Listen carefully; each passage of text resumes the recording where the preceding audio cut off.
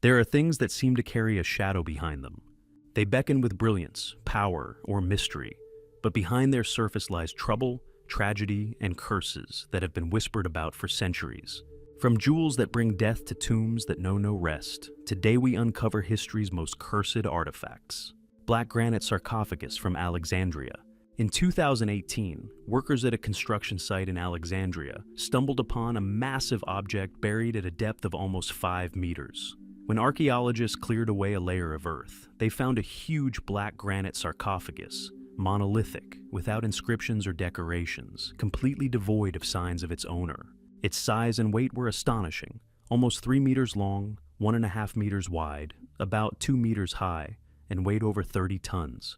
The real mystery was that such sarcophagi were usually accompanied by writings, hieroglyphs, symbols of power, or religious rites. This one was completely empty on the outside, as if it was deliberately hiding everything inside.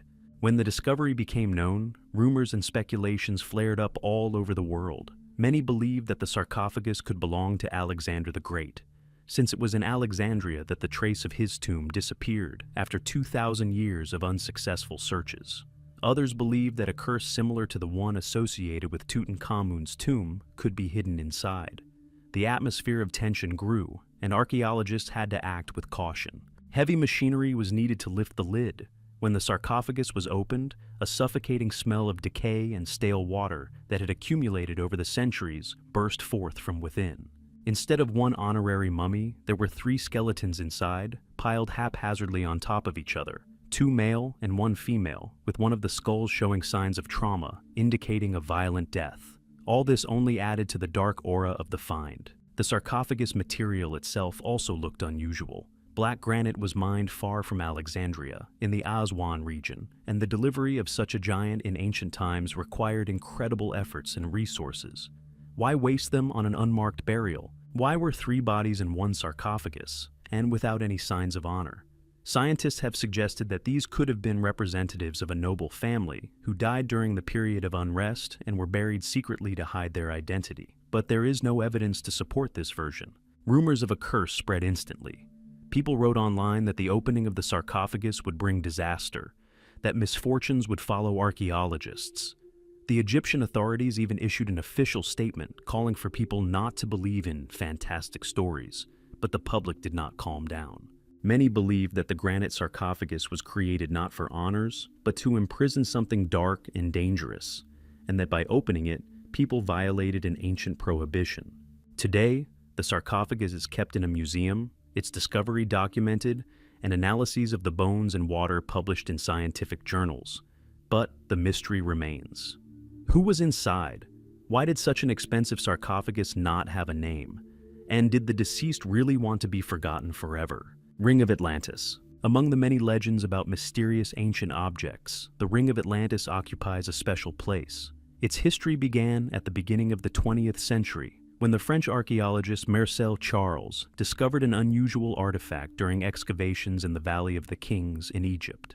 The ring was made of sandstone, had a rough shape, and was covered with strange geometric symbols that did not resemble hieroglyphs or the ornaments of known cultures.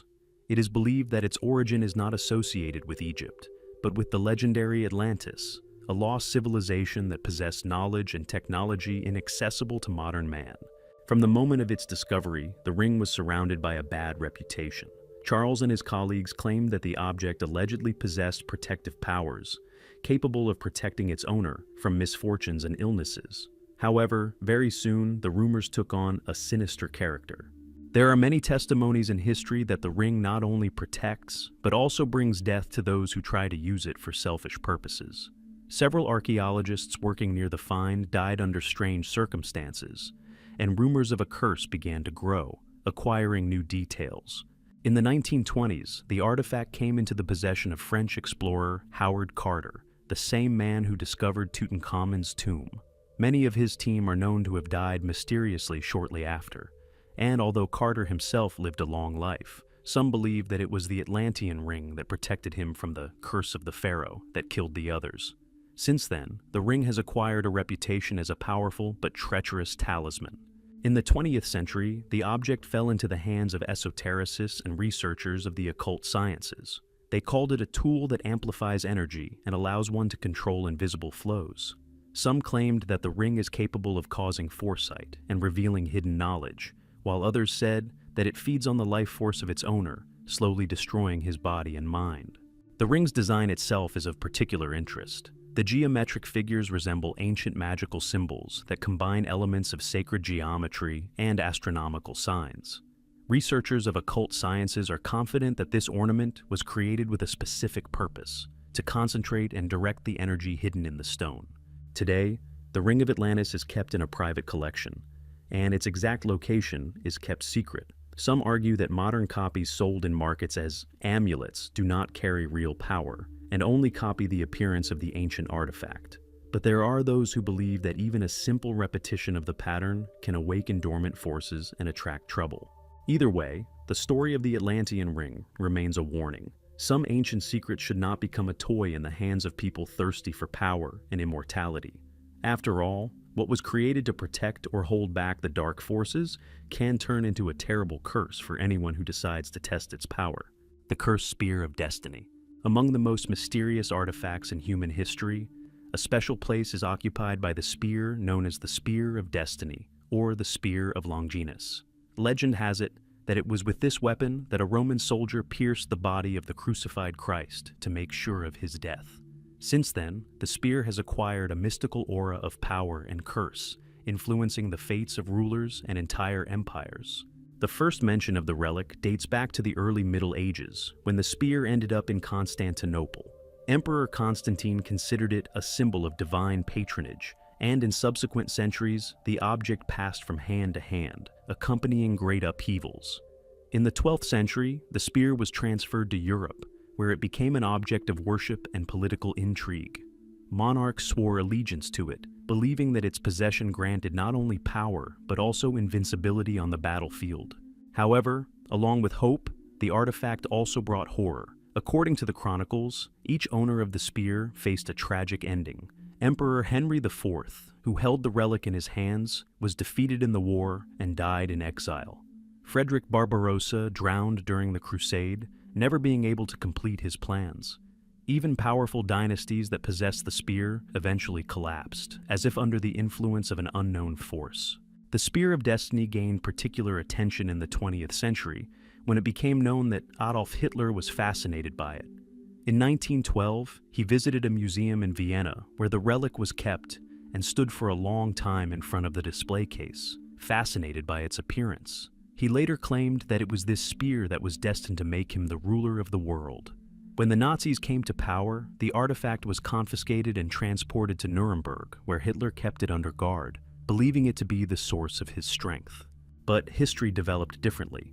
In April 1945, when U.S. troops entered Nuremberg, the spear ended up in their hands, and exactly a few hours later, Hitler committed suicide in Berlin. Whether this is a coincidence or a confirmation of an ancient curse is a question that has no clear answer. Many researchers are sure that the Führer truly believed in the mystical power of the artifact, and the loss of the relic became a symbolic end for him. There is also a darker version. The spear does not so much bring good luck as it subjugates the fate of its owner. It allows one to ascend to the pinnacle of power, but then brings one down, destroying everything that was created. This cyclicality explains the endless series of misfortunes that accompanied all who dared to hold the relic in their hands.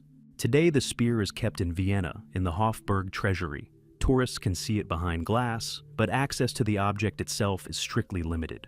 Scientists argue whether this is really an authentic Roman warrior's spear, or just a medieval copy surrounded by legends.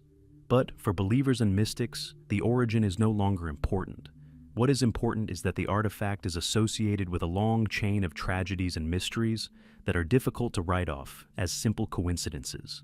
The Spear of Destiny has become a symbol of man's desire for power and a reminder of its price. Anyone who touches it has a chance at greatness, but also opens the door to their own destruction.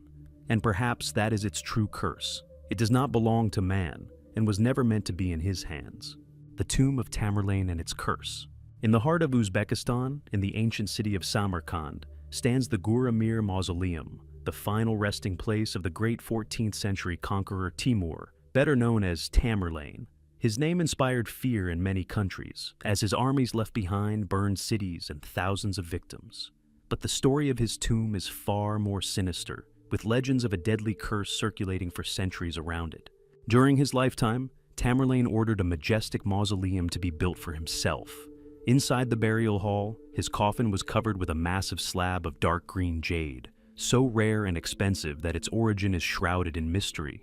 According to local legend, the slab was engraved with the words, "Whoever disturbs my peace will unleash a disaster upon the world more terrible than myself."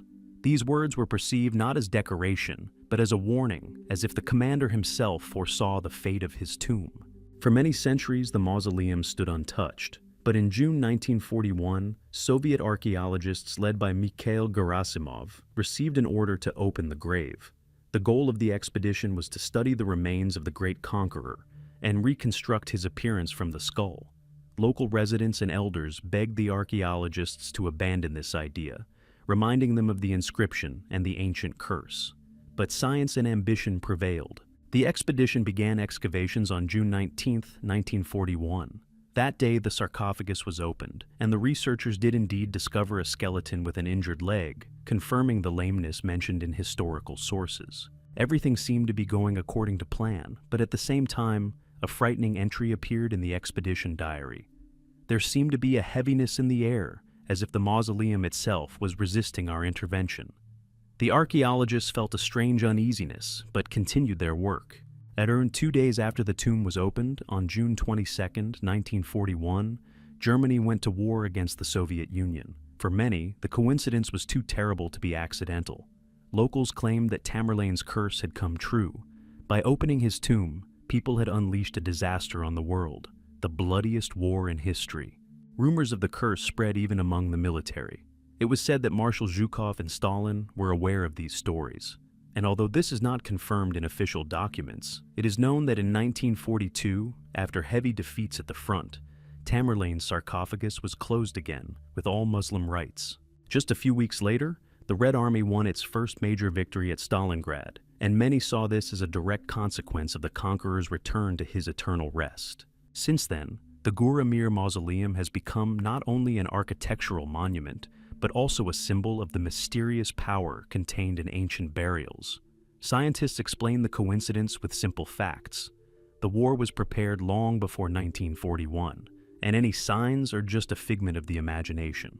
However, it is difficult to deny that the coincidence of dates looks eerily accurate.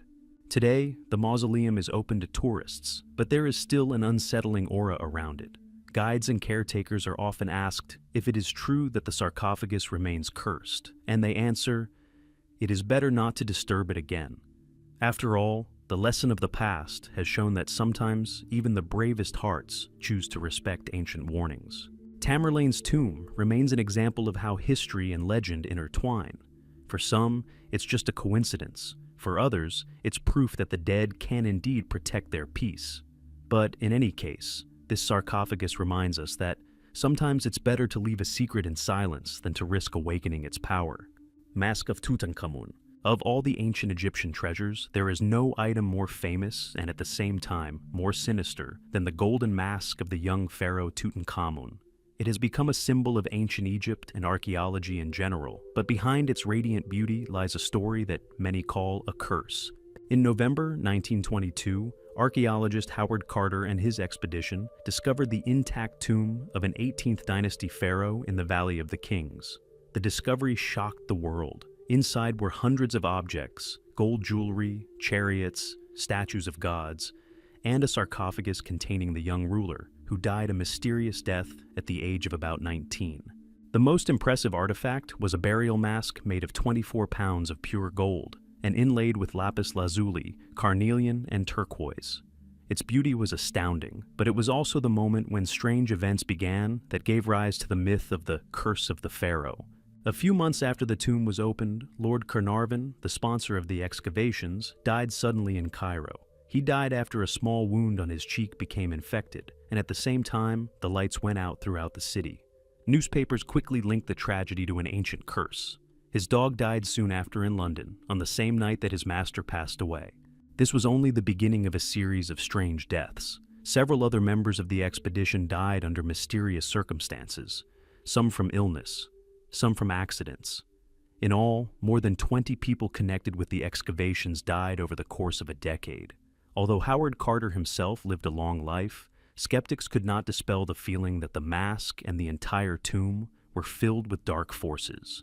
Locals claimed that the inscriptions in the tomb warned of death for anyone who disturbed the pharaoh's peace. Scientists tried to explain this phenomenon from a scientific point of view, suggesting that poisonous fungi or bacteria capable of causing fatal diseases could have been preserved inside the sarcophagus. However, no study has provided convincing evidence. The symbolism of the mask itself attracts special attention. It depicts the face of Tutankhamun with idealized features, but the eyes of the mask seem to look straight at the person, causing a feeling of anxiety. On the forehead are symbols of a cobra and a vulture, signs of divine power and protection. The ancient Egyptians believed that these symbols were capable of destroying any enemy of the pharaoh, even after his death. Thus, the mask was not just a decoration, but a powerful magical artifact designed to protect the ruler's soul in the afterlife. Over time, the mask became the subject of many mystical stories. Some researchers claim that every time it was transported from museum to museum, accidents occurred, plane breakdowns, crashes, or strange illnesses among those accompanying it. Even a modern restoration incident in 2014, when workers accidentally damaged the mask and clumsily glued back the fallen beard, sparked a wave of rumors that it was a sign of the pharaoh's wrath. Today, the mask is kept in the Cairo Museum, under heavy guard and in specially controlled conditions. Thousands of tourists come to see it with their own eyes, and each time there is a special silence in the room, as if people sense the presence of something more than just a work of art. Some see it as the pinnacle of ancient craftsmanship, others as a symbol of the greatness and tragedy of a young ruler. But there are those who still believe that something dangerous is hidden behind the golden features, and that ancient warnings should not be taken as empty legends. Tutankhamun's mask is more than just a historical relic. It is an artifact that continues to live its own life, shrouded in mystery and fear. It is a reminder that sometimes ancient civilizations left behind not just works of art, but objects with powers we don't fully understand. And perhaps that is why the mask remains one of the most cursed artifacts, best left alone. Mayan crystal skulls. Among the most mysterious archaeological finds of the 20th century, a special place is occupied by crystal skulls, which are attributed to the civilizations of Central America. These artifacts are made from solid pieces of quartz, carved with incredible precision, and are still the subject of heated debate among scientists and mystics. Legends claim that they have mystical powers, and touching them can bring both knowledge and healing, as well as death. The most famous was the so-called Mitchell-Hedges skull, found in 1924 in Belize. It was discovered by the daughter of a British explorer when the setting sun caught the glitter of quartz from beneath the earth. The skull was so carefully polished that no trace of tools could be found under a microscope. The eye sockets contained special lenses that enhanced the light and created the illusion of movement, as if the skull itself was coming to life in the rays of fire. This gave rise to the opinion that it could not have been made with the primitive tools of antiquity, meaning that either the craftsman had unknown technologies or the artifact was of extraterrestrial origin. According to locals, the skull carries a curse. It is believed that it takes the lives of those who try to use its power for evil. Supporters of this version cite examples. Several researchers who took the skull from the temple without permission soon died under strange circumstances. Others have had accidents, lost their families, or fallen ill. Skeptics say these stories are all coincidences and hoaxes, but the chain of tragedies seems too consistent to dismiss. According to Mayan and Aztec mythology, there were 13 crystal skulls in total, and together they form a kind of library of knowledge. Legends say that if all the artifacts are collected and combined, humanity will learn the secret of its origins and future. But there are also darker interpretations, that combining the skulls will awaken an ancient force capable of wiping civilization off the face of the earth. Scientists have conducted numerous examinations. Some laboratories have concluded that the skulls could have been made using 19th century rotary tools, which would indicate a forgery. However, supporters of the mystical version point out, if this is so, then how can one explain the complete absence of traces of metal and the incredible symmetry, which cannot be repeated even by modern methods? Moreover, quartz has piezoelectric properties, and exposure to light and sound can actually create strange effects that the ancients may have perceived as supernatural. Crystal skulls are often associated with curses. Museum workers have been known to complain of nightmares and the feeling of being watched while the skull was in their rooms. Some claimed to hear whispers in its presence or see a shimmer in the eye sockets. In esoteric circles, it is believed that quartz is capable of storing information and memories, which means that skulls can be a kind of accumulator of knowledge of ancient civilizations, or even the gods themselves. Today, the Mitchell Hedges skull is kept in a private collection and is periodically shown to the public. Other specimens are in museums around the world, in Paris, London, Washington. But an aura of fear and admiration hovers around each of them. Some come to touch the secret, others to check whether the artifact will not pass on its destructive power to them. The history of the crystal skulls remains open. For some, they are clever fakes created for fame and money. For others, they are the remnants of knowledge from civilizations that disappeared long before the advent of writing. But, as with other cursed artifacts, the main thing is that man still cannot explain everything he saw. And perhaps this is where their true power lies. They make us remember that there are boundaries beyond which there is something more than just stone or quartz. Annabelle doll. Among all the modern artifacts associated with curses, the Annabelle doll occupies a special place. It does not belong to an ancient civilization and is not covered in thousand-year-old legends, but its story has become one of the most frightening in the 20th century. An ordinary toy at first glance turned into a symbol of evil, and its fame has become overgrown with such details that even today many prefer to stay away from it.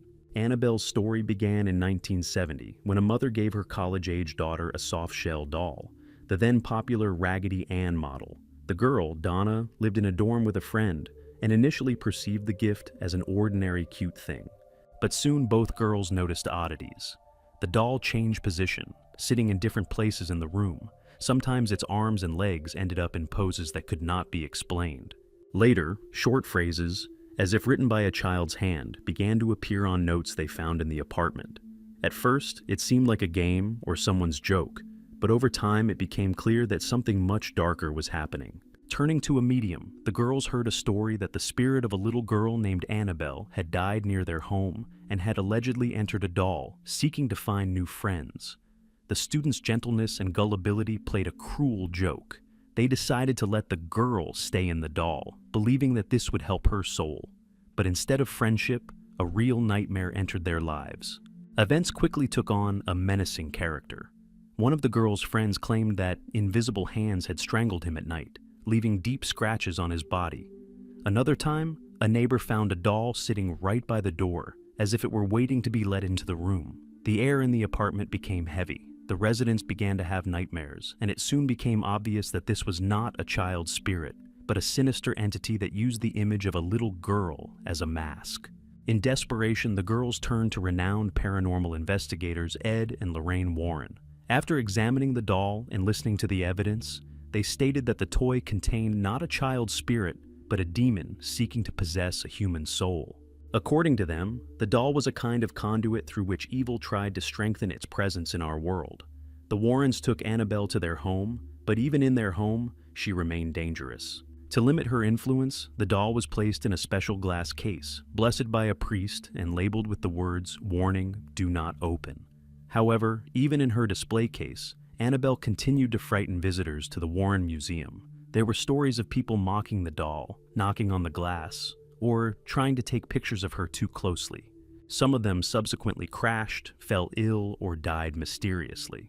One of the most famous stories involves a motorcyclist who laughingly challenged Annabelle to a test.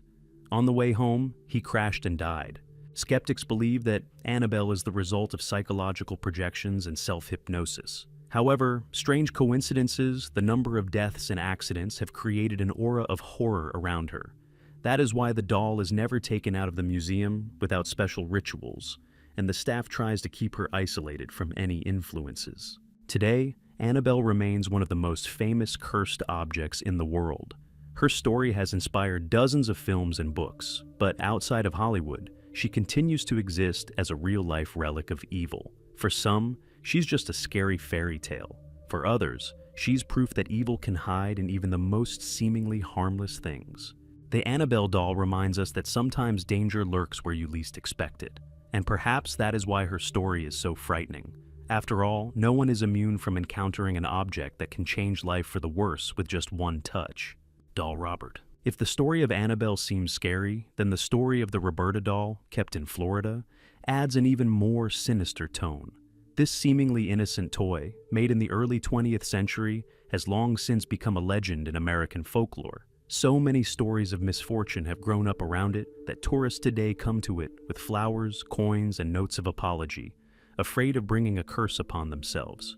Robert's story began in 1904 when a boy named Eugene Otto, the son of a wealthy family from Key West, received an unusual gift. According to one version, the doll was given to him by his grandmother from Germany. According to another, it was given to him by one of the maids whom the family had recently fired.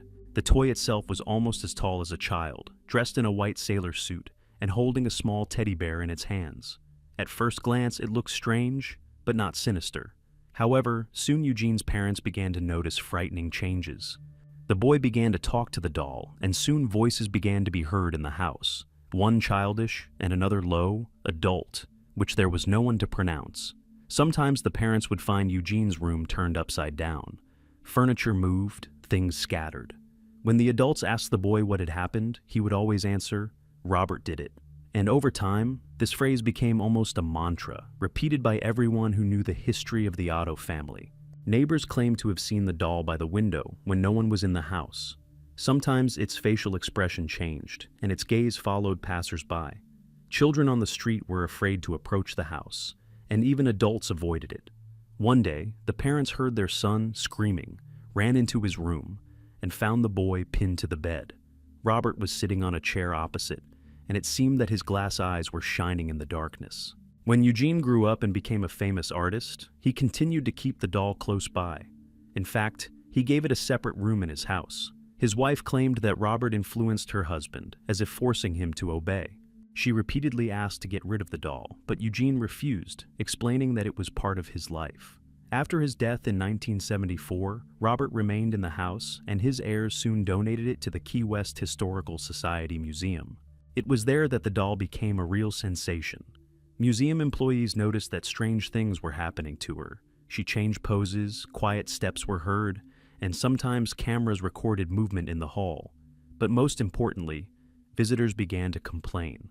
Those who dared to laugh at Robert or photograph him without permission soon encountered trouble.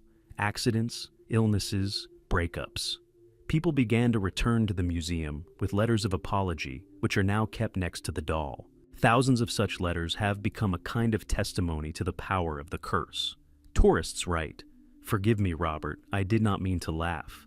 After visiting you, I lost my job, give it all back. I am sick, please rid me of the curse." Museum workers claim that new letters arrive every week. Even the most skeptical guests prefer to at least whisper, "Allow," before taking a photo of the doll. Scientists explain Robert's phenomenon by self-hypnosis and the effect of expectation. If a person believes that trouble will befall him, he begins to notice every little thing, perceiving it as a sign. However, it is difficult to explain why this effect is so stable for more than 100 years. Today, the doll sits in a glass case at the Fort East Martello Museum. Its appearance is still unsettling: faded naval attire, darkened fabric, glass eyes that seem to hold amusement. And while Robert has become a tourist attraction, many are convinced that his powers are real. This story reminds us that sometimes it doesn't matter whether an artifact is made for a game or a ritual. A true curse is born when fear and faith intertwine so tightly that they turn an ordinary object into a symbol of horror. Robert is just such an object, and his fame only grows with each passing year. Hope Diamond. Of all the cursed artifacts, the Hope Diamond is considered one of the most infamous. This deep blue stone has attracted the attention of kings, the rich, and collectors for centuries, but each of its owners has faced a series of tragedies, misfortunes, and deaths. Over its long history, it has passed through the hands of monarchs, jewelers, and bankers, and its appearance has almost always been accompanied by disaster. The diamond's history dates back to the 17th century, when French adventurer Jean-Baptiste Tavernier brought it back from India.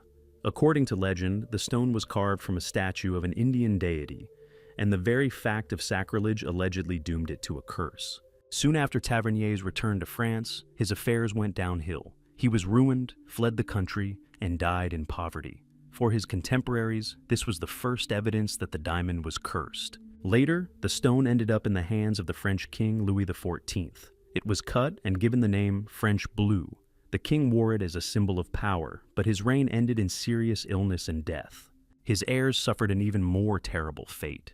Louis XVI and Marie Antoinette owned the stone during the French Revolution, and both ended their lives on the guillotine. For the people, this became a clear sign that the diamond does not bring power, but death. After the revolution, the stone disappeared, but a few decades later, it resurfaced in England. Jewelers tracked it down and recut it, reducing its size. Now, it has a new name, the Hope Diamond, after one of its owners, banker Henry Philip Hope.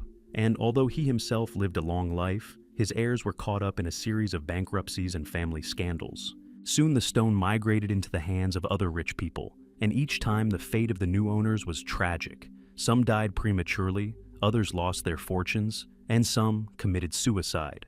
The stone acquired a particularly sinister reputation in the early 20th century, when it was bought by American tycoon Evelyn Walsh McLean. She believed that she could turn the curse into good luck, and wore the diamond to social events, proud of its dark reputation. But soon, her life turned into a series of tragedies. First, her little daughter died, then her son died in a car accident, and her husband committed suicide. Evelyn herself lived to old age, but her last years were marred by illness and loneliness. After her death, the stone passed to jeweler Harry Winston, who donated it to the Smithsonian Institution in Washington, D.C. The Hope Diamond has been kept there ever since, displayed in a special display case. Many believe that the curse ended with the transfer of the stone to the museum. But there are those who claim that it still has dark power, but now it is no longer tied to one owner, but dispersed among the thousands of visitors who look at it every day. Scientists explain the diamond's sinister reputation by its rare beauty and unusual color. The blue hue is created by boron impurities in the crystal structure, which makes the stone unique and attracts special attention. And researchers tend to attribute the chain of tragedies to coincidences and the hard lives of people involved in big money and politics. But even they admit that the legends surrounding the stone have become so strong that they have turned it into an independent phenomenon where belief in a curse plays no less a role than the real story. Today, the Hope Diamond remains one of the Smithsonian's top attractions. Thousands of people from around the world come to gaze upon its eerie glow, many with a little trepidation. After all, no matter how skeptics try to explain its reputation, it's hard not to wonder, if this stone were just a beautiful crystal, could it have left such a mark on history? Perhaps behind its brilliance there really is a power that is best not to play with. Figurine of the idol of Zluka. Among the cursed artifacts, a special place is occupied by a statuette known as the Idol of Zluka. Its history begins at the beginning of the 20th century, when British archaeologists in one of the Syrian villages excavated a small temple complex, long abandoned and destroyed by time. Inside, among the rubble, they found a strange figurine carved from dark stone. It depicted a creature with a disproportionately large head, huge eyes, and a short, almost shapeless body. Despite the roughness of the forms, there was something disturbing and mesmerizing about the statuette's appearance, as if the gaze of the stone eyes pierced right through. According to local legends, this idol belonged to a tribe that worshipped a deity called Zluki. It was believed to represent destruction, disease, and chaos. Villagers warned archaeologists not to take the statue, as anyone who dared to disturb its peace would bring disaster upon themselves. But the warnings were ignored. The artifact was sent to Europe, where it soon became the subject of debate in scientific circles. The first misfortunes were not long in coming. One of the archaeologists who took part in the expedition soon died in a car accident. Another became seriously ill and died a few months later from a rare infection. When the idol ended up in the private collection of a London antique dealer, fires and strange events began to occur in his house. Servants refused to stay overnight, claiming to hear whispers and sense someone's presence. The antique dealer himself soon died of a heart attack, and the statuette was sold at auction. Thus began its dark history in Europe. Each new owner faced tragedies. Someone lost their family, someone lost their business, and some died a sudden death. The press called the artifact the idol of misfortune, but among mystics it became known as the idol of evil. They believed that the statue was connected to ancient rituals to summon forces that could not be controlled. In its crude form, they saw not just the image of a deity, but a vessel for dark energy that had survived through the centuries. In the 1970s, the idol ended up in a museum in Edinburgh. The management decided to display it in a room with other Middle Eastern artifacts. But after that, employees began to complain of nightmares, anxiety, and sudden panic attacks. Several people quit their jobs, unable to withstand the pressure. Visitors also reported feeling dizzy, weak, and fearful when near the statuette. One man even fainted right in front of the display case. Scientists have tried to find an explanation for these phenomena. Some have talked about suggestion. If a person heard stories about a curse in advance, their subconscious could cause physical reactions. Others have suggested the presence of toxic substances on the surface of the stone, preserved since the burial, but no study has given a definitive answer. Over time, the museum decided to remove the artifact from the permanent exhibition and store it in a closed collection. Today, access to it is limited, and its location is known only to a small circle of specialists. Nevertheless, the legend lives on. Mystics believe that the idol has not lost its power, but is simply waiting for a new person who will dare to disturb its peace. The story of the Zluka idol is an example of how even a small object can carry a long trail of tragedy and mystery. For some, these are just coincidences. For others, proof that some artifacts do indeed possess dark energy. And perhaps that is why archaeologists are still debating whether to extract from the earth everything that ancient civilizations left behind, or whether some finds are better left alone. Fossilized monkey hand from India. Collections of cursed artifacts often include items whose origins are surrounded by dark legends. One such object is the so-called petrified monkey hand, found in India at the beginning of the 20th century by British colonial explorers. At first glance, it was just a strange bone, resembling a primate's hand, partially mineralized and covered in cracks. But its story quickly went beyond archaeology and became a veritable legend about a curse. According to legend, the hand belonged not to an ordinary monkey, but to a sacred creature, possibly associated with the cult of the god Hanuman. Some Indian texts mention body parts that turned to stone after the death of great beings and retained their power. Locals warned Europeans not to touch the find. The hand was considered cursed and could bring misfortune to anyone who tried to take possession of it. But the British, driven by a thirst for collecting, took it out of India. The first owner of the artifact was a British Army officer. His fate was tragic. A few months after returning to London, he died under strange circumstances. He fell down the stairs of his own house. After his death, the hand ended up in the hands of one of his relatives, who soon went broke and died of illness. Thus began a chain of misfortunes that forever cemented the discovery's sinister reputation. The artifact soon attracted the attention of occultists. In the late 19th and early 20th centuries, interest in mysticism grew in Europe, and many believed that the petrified hand had magical powers. Some claimed that it could fulfill wishes, others that it was an instrument of dark forces that demanded a sacrifice for every request. Several sessions conducted using the hand ended with frightening results. Participants began to hallucinate. Some claimed to hear an animal roar, and others complained of nightmares in which a living hand reached out to them.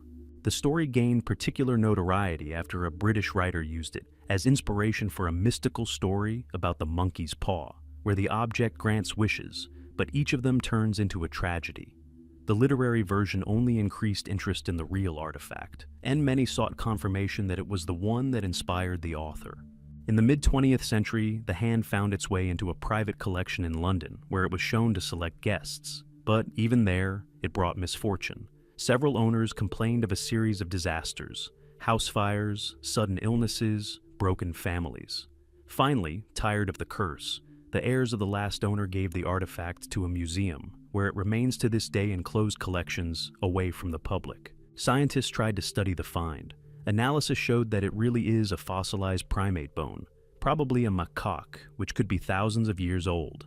But no one could explain the series of coincidences on a scientific basis.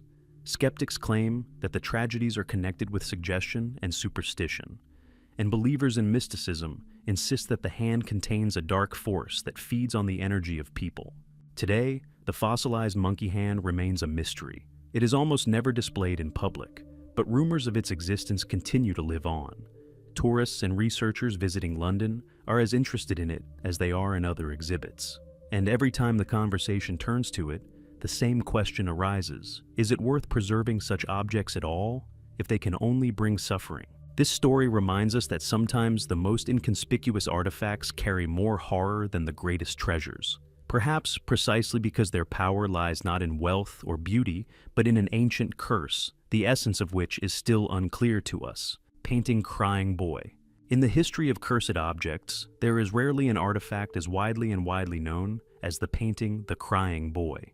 Its reproductions adorned thousands of homes in Great Britain and Europe in the second half of the 20th century, and this is what made it one of the most discussed urban legends.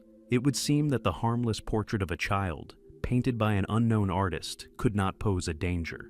But hundreds of coincidences and tragedies turned it into a symbol of a real curse. The painting depicts a boy with a sad expression, large eyes, and tears glistening on his cheeks. The child's gaze seemed so sad and piercing that many people felt uneasy when they saw the portrait. Despite this, reproductions of the painting were sold en masse in the 1950s to 1970s. They were bought by millions of people, and it was the mass production that allowed people to notice a repeating pattern of strange events. In the 1980s, British newspapers began publishing stories about a series of fires in which the Crying Boy painting was always present. Houses would burn to the ground, but reproductions of the portrait would be found almost intact in the ashes. Firefighters repeatedly testified that this particular painting somehow resisted the fire, even though nothing but charred ruins remained around. The newspapers picked up on the sensation, and rumors of a curse spread quickly. People said that after buying the painting, misfortunes began to appear in their homes. Family quarrels, illnesses, financial problems, and sometimes fires. Some claimed to hear crying at night or to feel the boy's gaze following them from corner to corner of the room. The stories multiplied, and more people tried to get rid of the paintings, believing that they brought misfortune. One of the most famous cases occurred in 1985, when the Sun newspaper published an article about a fire in Yorkshire. A family lost their home, but in the rubble, firefighters found a painting of the Crying Boy, completely undamaged. Soon the editorial office received hundreds of letters from readers with similar stories. The newspaper even organized an action. Anyone who wanted to get rid of the painting could bring it to the editorial office, and there they would organize a symbolic burning. However, even this act gave rise to rumors. They said that the flames barely gave in, as if the painting was resisting destruction. Skeptics tried to find rational explanations. Some claimed that the reproductions were printed on special fire-resistant paper, or covered with a protective varnish, which allowed them to survive fires. Others said that mass distribution simply increased the chance of coincidences. If millions of families had the painting, it was no wonder that some of them had experienced misfortune. But for many, such explanations were unconvincing because the coincidences were too numerous. Some researchers put forward darker versions. According to one, the boy depicted in the painting was an orphan who died in a fire, and his spirit continued to live in the image. According to another, the artist made a dark pact so that the painting would bring success in sales, but in exchange it carried a curse. These versions could not be proven, but they only increased the aura of horror.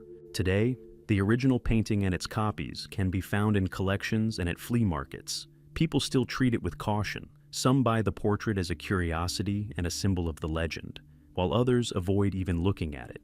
Despite the decades, the story of the Crying Boy remains one of the most persistent mystical legends in Europe. This story reminds us that curses are not always associated with ancient artifacts or occult objects. Sometimes one image is enough for the imagination of millions of people to turn it into a symbol of horror, and perhaps it is the belief that an object brings misfortune that makes it truly dangerous. The Pollock Tomb in Ireland. In the green hills of Ireland, where ancient legends intertwine with Christian lore, stands a forgotten tomb, known to the people as the Pollock Tomb. It looks like an ordinary old tomb made of gray stone, surrounded by moss and tall grasses. But among the locals, there is a belief that this tomb carries a curse that cannot be removed. The story begins in the 17th century, when the Pollock family, originally from Scotland, settled in Ireland. They were wealthy landowners and quickly gained power and influence. However, their success was cloaked in brutality. Chronicles mention bitter conflicts with peasants, deceptions, and even mysterious disappearances associated with the Pollock estate. Rumors of the family's dark dealings bolstered their reputation, and soon locals began to say that the family was cursed.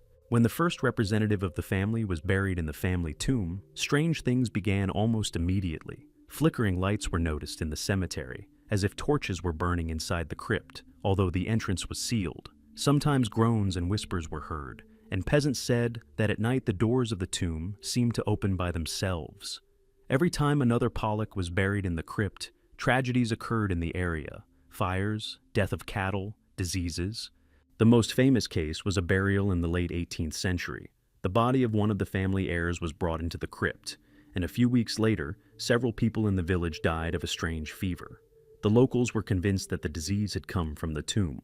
After that, the peasants refused to go near the crypt, and the cemetery was gradually abandoned. In the 19th century, explorers tried to open the tomb to verify the rumors, but everyone who took part in this venture encountered disasters. One archaeologist died on the way, another fell ill and died, and a third returned from the expedition in complete despair, claiming that he saw something inside that he could not describe in words. According to him, the air in the crypt was heavy, and it seemed as if invisible hands were trying to push him out. The legends about the Pollock tomb still live on. Some locals say they have seen ghostly figures near the tomb. Others claim that it is impossible to photograph the crypt. The pictures come out blurry or damaged. There are also those who are sure that the curse is connected with the oaths and crimes of the Pollock family, and their souls do not find peace, holding the crypt under their power. Scientists, of course, are skeptical of these stories. They explain them away as suggestion, coincidence, or natural phenomena. For example, the phosphorescence of marsh gases, which could create the illusion of lights. But for locals, these explanations are irrelevant. For them, the tomb remains a place where the past still influences the present. Today, the Pollock's tomb is closed and overgrown with vegetation. Tourists rarely get to this place, and even the brave ones try not to linger near the crypt for long. It is believed that touching the stones of the tomb can bring misfortune, and even more so, an attempt to get inside. The Pollock tomb is a reminder that sometimes a curse is more than just a myth or a fiction. It is a collection of memory, fear, and belief that is passed down from generation to generation, making one forgotten crypt a symbol of eternal punishment. And as long as the stone walls stand, the legend of the dark tomb lives on, frightening and enchanting those who dare to approach. Book of the Dead. Among all the ancient Egyptian artifacts, the Book of the Dead occupies a special place. It is not a single volume, but a collection of spells, hymns, and ritual texts that were written on papyrus and placed in tombs along with the dead. The purpose of the book was to help the soul overcome the dangers of the afterlife and achieve eternal life. But behind this sacred function lies a dark reputation. Many believe that the Book of the Dead carries a curse. Each copy of the book is unique. The priests created scrolls to order, inscribing spells suitable for a specific person. They describe the soul's journey through Duat, the realm of the dead, full of monsters, traps, and trials. In these texts, one can find scenes of the judgment of Osiris, where the heart of the deceased is weighed on scales against the feather of the goddess Mot. If the heart was heavier, the soul was devoured by the monster Ammit. But if the texts were pronounced correctly, the person received a chance at immortality. The problem was that these texts weren't just poetry. The ancient Egyptians considered them to be actual magical formulas. They believed that any mispronunciation or violation of the ritual order could cause disaster. This is why many archaeologists who first held the papyri of the Book of the Dead in their hands reported strange sensations. Some began to have nightmares. Others said that they heard voices or felt cold breath in the empty halls of museums. The most horrific stories are connected with excavations of the 19th and early 20th centuries. British archaeologists who took papyri to London often died shortly after the expeditions or fell seriously ill. The press immediately linked these deaths with the curse of the pharaohs. One of the most famous cases occurred in the 1930s, when a collector brought part of the Book of the Dead from Thebes to England. Soon after, his house burned down, he himself died in the fire, and the scrolls miraculously remained untouched. After this, many believed that the book protects itself and punishes those who disturb its peace. Today, several dozen copies of the Book of the Dead are kept in the British Museum and other major collections around the world. scholars continue to translate and study the texts, trying to understand how exactly they were used. But even among specialists, special respect and caution remain. Few dare to touch the papyri without gloves and ritual preparation. Skeptics explain the legends of curses by poisonous fungal spores preserved in ancient tombs. If they got into the lungs, they could cause serious illnesses, which became the cause of the deaths of researchers. But for many people, such explanations sound too rational because the chain of tragic coincidences is too long to ignore. The Book of the Dead is a reminder that the line between religion, magic, and history in the ancient world was thin. For the Egyptians, it was a tool for saving the soul. For archaeologists and collectors, it was a dangerous artifact. For modern people, it is a symbol that not all knowledge is meant for thoughtless use. And perhaps this is what makes the Book of the Dead one of the most feared cursed artifacts. It is created for protection, but for those who try to profit from it or violate its purpose, it can turn into a source of disaster. Voynich manuscript. Among the most mysterious books in human history, the Voynich manuscript occupies a special place. It is a thick codex of more than 200 pages, full of incomprehensible symbols, strange illustrations, and text written in an unknown language. Since its discovery in the early 20th century, scientists, cryptographers, and historians have puzzled over what its pages hide. But along with its scientific interest, the manuscript has acquired a dark reputation. Many believe it is cursed. The manuscript got its name from the antiquarian Wilfrid Voynich, who acquired it in 1912 in Italy. Even then, the book looked as if it came from another world. On the pages are images of plants that do not exist in nature, strange astronomical diagrams, figures of naked women immersed in mysterious liquids. The entire text is written in a language unlike any known language. Thousands of symbols repeat with a certain logic, but no decipherer has been able to find the key. The researchers' first impressions of the book were often disturbing. Many reported strange sensations while reading, as if the pages resisted their gaze. Some even claimed that after working with the manuscript for a long time, they had nightmares. Unknown creatures, stars falling from the sky, and figures reaching out to them. All this quickly gave rise to rumors that the book carried not only secret knowledge, but also a curse. Legends claim that the manuscript belonged to alchemists or magicians who used it as a grimoire, a book of spells. According to one version, the text is encrypted in such a way that a person without preparation will not be able to read it, otherwise the knowledge will destroy his mind.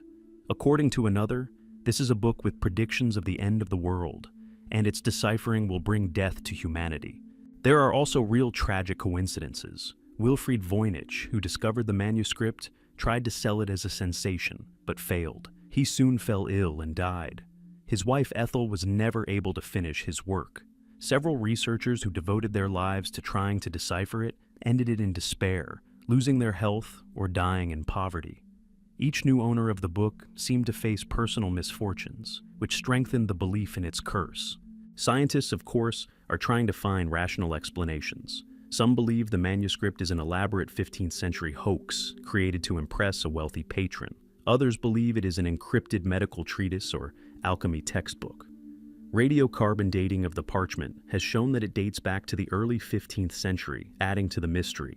If it is a forgery, it is incredibly old. However, the main question remains: why has the text remained undecipherable? Even the best cryptographers, including experts who worked on ciphers from the World Wars, have failed to find the key. Modern machine learning algorithms have also failed. It seems that the text is either intentionally written in an artificial language or encrypted using a method that is still unknown. Today, the manuscript is kept in the Yale University Library. It has been digitized, and anyone can view its pages online. But this has only increased interest and anxiety. Some users claim that looking at the illustrations for too long is dangerous. They cause strange visions or dizziness. There are stories online of people claiming that even copies of the book bring misfortune. The Voynich manuscript is an example of an artifact in which science and myth are so intertwined that they cannot be separated. It may be nothing more than an intricate man-made mystery, but thousands of people around the world believe that a dark power is hidden within its pages. And it is this belief that makes it one of the most cursed artifacts in history. Grand Grimoire. Among the most sinister artifacts associated with curses, a special place is occupied by the legendary Black Book of the Vatican, better known as the Grand Grimoire. It is called the Gospel of Satan, the Red Dragon, and the Book of Forbidden Rituals. Legend has it that this is an ancient manuscript, written in the late 15th or early 16th century, that supposedly contains instructions on how to summon demons and make a pact with the devil himself. Many believe that the original is kept in the Vatican's secret archives and will never be shown to the public. The Grand Grimoire is believed to have been created in France or Italy by a man who had knowledge of both Kabbalah and alchemy. The text of the book is said to be divided into two parts. The first describes complex spells, diagrams, and symbols designed to open the gates to the spirit world. The second part contains instructions on how to make a contract with Lucifer, promising a soul in exchange for power, wealth, or secret knowledge.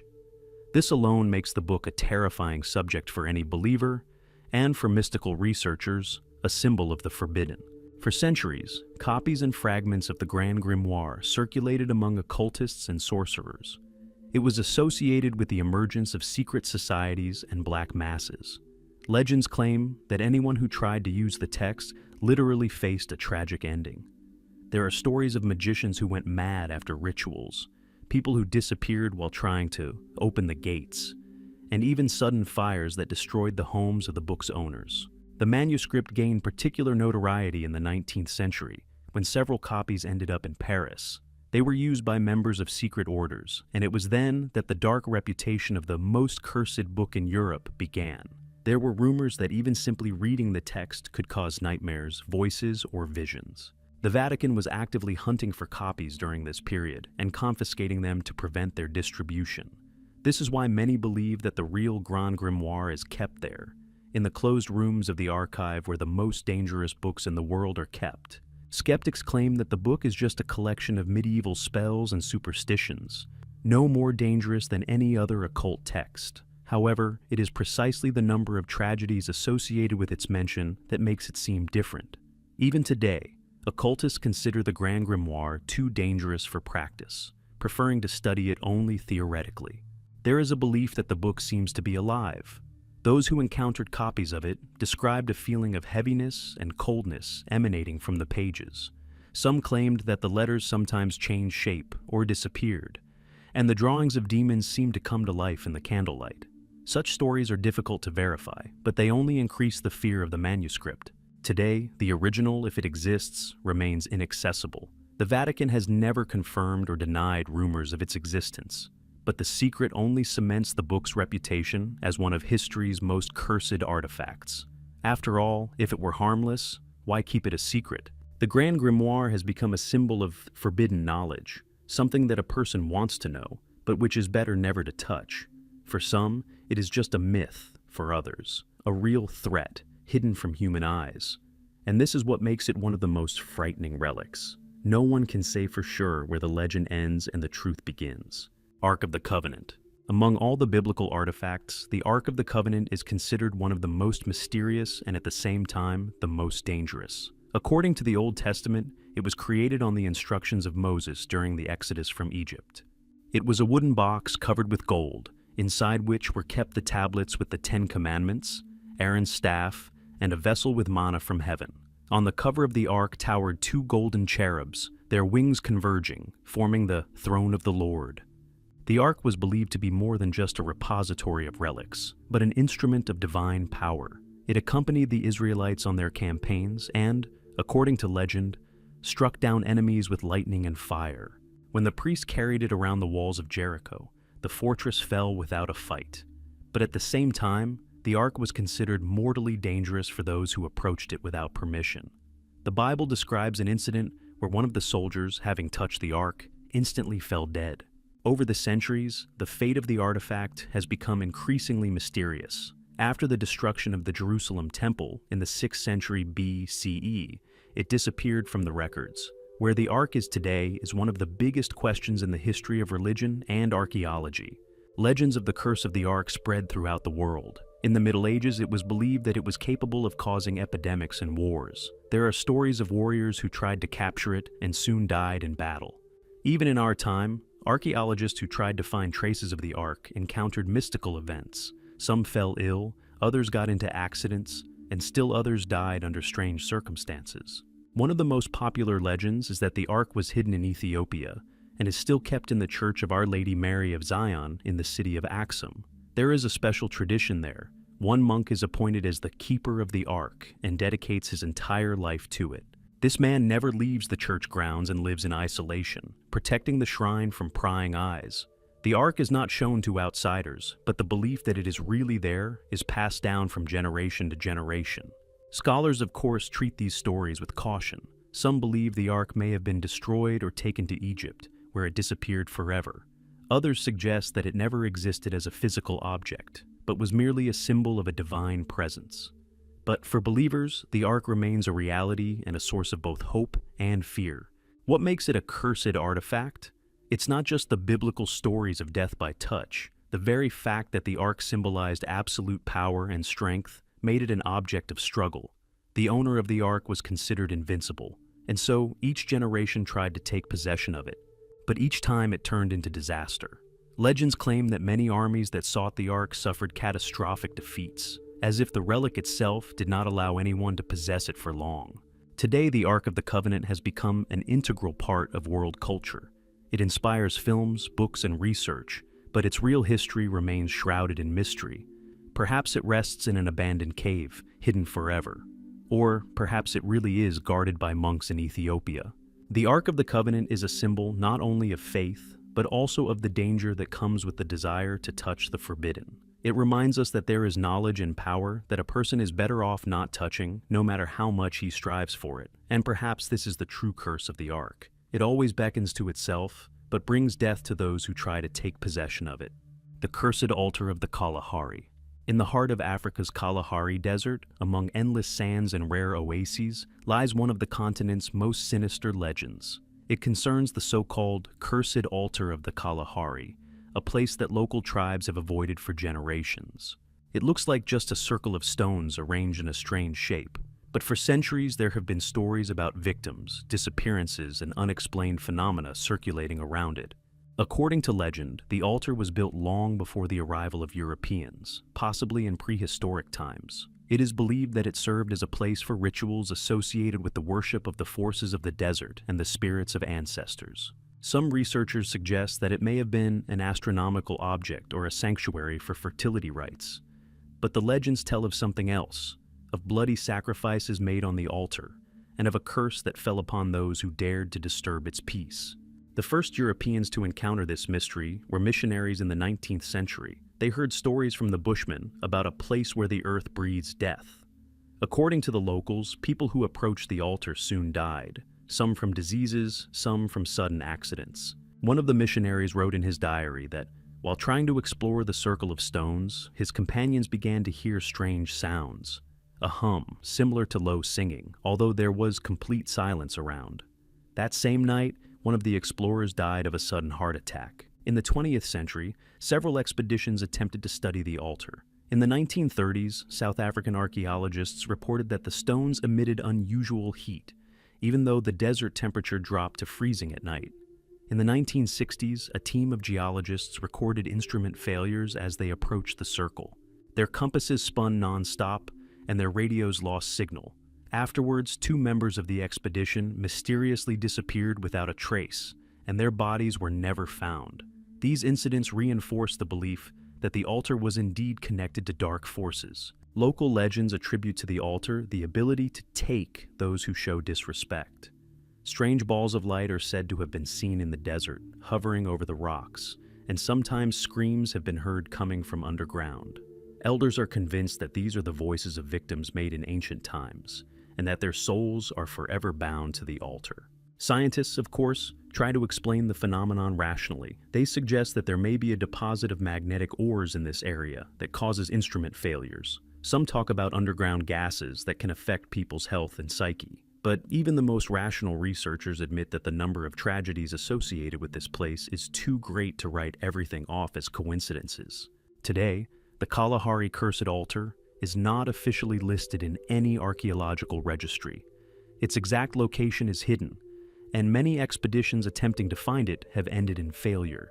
Tourists who have heard of the legend sometimes go looking for it, but almost always return empty-handed. reporting only strange sensations, heaviness in the air, sudden fatigue and anxiety, as if the desert itself were repelling intruders. The Kalahari altar remains a symbol that some places on Earth hold memories of rituals too dark for our understanding. Perhaps it is linked to an ancient culture that has long since disappeared, leaving behind only broken stones. Or perhaps it is truly a point where the world of the living meets the world of the dead. For some, it's just a myth, but for others, it's a reality best left unexplored. And until its mystery is solved, the Kalahari Cursed Altar remains one of the world's most terrifying artifacts, a symbol of the forbidden, and a reminder that some places on Earth are best avoided. Tomb of Cleopatra. Among the most discussed archaeological mysteries of the world, a special place is occupied by the lost tomb of Cleopatra VII, the last queen of Egypt. Her name is shrouded in legends. Her life is full of intrigue, love, and politics, but even more myths are associated with her death. Where Cleopatra lies is a question that has tormented historians and archaeologists for more than 2,000 years, and many stories about a curse are associated with this search. According to ancient sources, Cleopatra died in 30 BC when Egypt fell to Rome. It is believed that she committed suicide by being bitten by a snake, although some researchers suspect that her death may have been murder. The historian Plutarch wrote that the queen's body was buried with her lover, Mark Antony, with royal honors, but the exact burial place is still unknown. Over the centuries of searching, many hypotheses have been put forward. Some claim that the tomb is in Alexandria, in an area now submerged by the Mediterranean Sea. Others suggest that it was hidden in Taposiris Magna, a temple complex 40 kilometers from the city. Excavations there in recent decades have uncovered many Ptolemaic-era artifacts, including statues, coins depicting Cleopatra, and sarcophagi of priests. But the queen herself has not yet been found. The tomb is also associated with dark legends. Local residents have long believed that the burial site is guarded by spirits and spells, and anyone who tries to open it is doomed to die. Rumors of a Cleopatra curse are reminiscent of the legends of Tutankhamun. Several archaeologists involved in the search are said to have died soon after from illness or accidents. In the 1920s, one explorer died in a car accident a few weeks into the expedition, while another suddenly fell ill and died of a fever. These stories have given rise to the belief that the queen herself cast a spell on her tomb. It is believed that she wanted her tomb to remain a secret place forever, and any attempts to open it are therefore doomed to failure. Some Egyptian archaeologists openly admit that they fear that even if the tomb is found, opening it could lead to tragedy. Skeptics, of course, explain everything by coincidences. They point out that archaeological expeditions are always associated with risk. Illness, heat, accidents are inevitable. But the mystical aura is too strong, and each new death only strengthens the legend. Cleopatra's symbolism is particularly noteworthy. She was considered the living embodiment of the goddess Isis, patroness of magic and the afterlife. If she really wanted her death to be a mystical act, it is quite possible that her tomb was arranged as a sanctuary, protected by rituals. In ancient Egyptian culture, such protective curses were commonplace. Texts on the walls of tombs often promised a terrible fate to anyone who dared to disturb the peace of the deceased. Today, the search for Cleopatra's tomb continues. In recent years, archaeologists have increasingly turned their attention to the flooded ruins of Alexandria. Statues of pharaohs, sphinxes, and even fragments of temples have been found underwater, which gives hope that one day the entrance to the tomb may be discovered there. But as long as the tomb remains undiscovered, it is not only an archaeological mystery, but also a symbol of a curse, a reminder that some ancient secrets may resist discovery. Cleopatra's tomb continues to attract researchers from all over the world. For some, it is the key to understanding the last days of Egypt. For others, it is a symbol of forbidden knowledge, and while its doors are not opened, the legend lives on, frightening and fascinating, and the queen herself remains the eternal keeper of her secret. Golden Inca Statue El Dorado. Among the legends of cursed treasures, a special place is occupied by the story of the golden statue associated with the myth of El Dorado. Its existence is still in question, but stories about it have excited the imagination for centuries. According to legend, the statue was created by the Incas or their predecessors and symbolized the deity of the sun. She was nearly as tall as a human and was completely covered in gold plates. Her eyes were said to be made of emeralds that glowed in the dark. Europeans first heard of it in the 16th century when the conquistadors arrived in South America. Legend claimed that in the heart of the jungle, there was a city where the ruler made sacrifices to the gods every year by covering his body in gold powder and plunging into the lake, giving the treasures to the water. But the main object of worship was the golden statue that stood in the center of the temple. Anyone who dared to look into its eyes without the ritual was supposedly condemned to death. Expeditions sent in search of El Dorado invariably ended in tragedy. Entire detachments perished from disease, attacks, and hunger. But what is striking is that those who claimed to have seen the golden statue soon suffered a terrible fate. One of the officers who described it in a letter home was found dead a few days later, his body looking as if he had died in agony. Another explorer who claimed to have touched the statue soon went mad.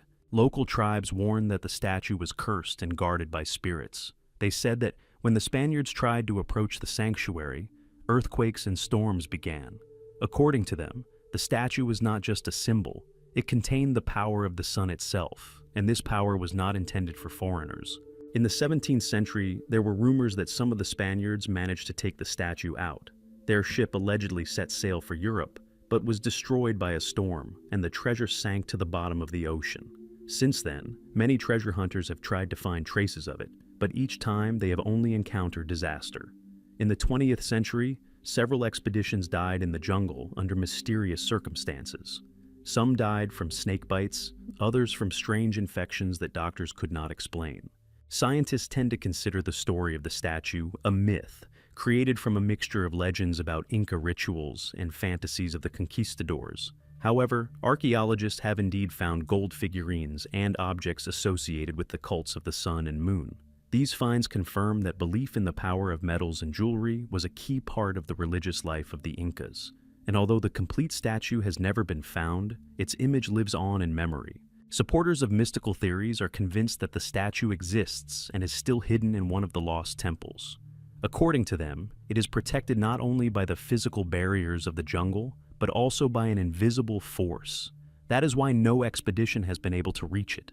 Today, El Dorado and its golden statue remain a symbol of human greed and the tragedies caused by the desire to obtain the forbidden. For some, it is an archaeological mystery. For others, proof that ancient treasures can be not just wealth, but a real curse.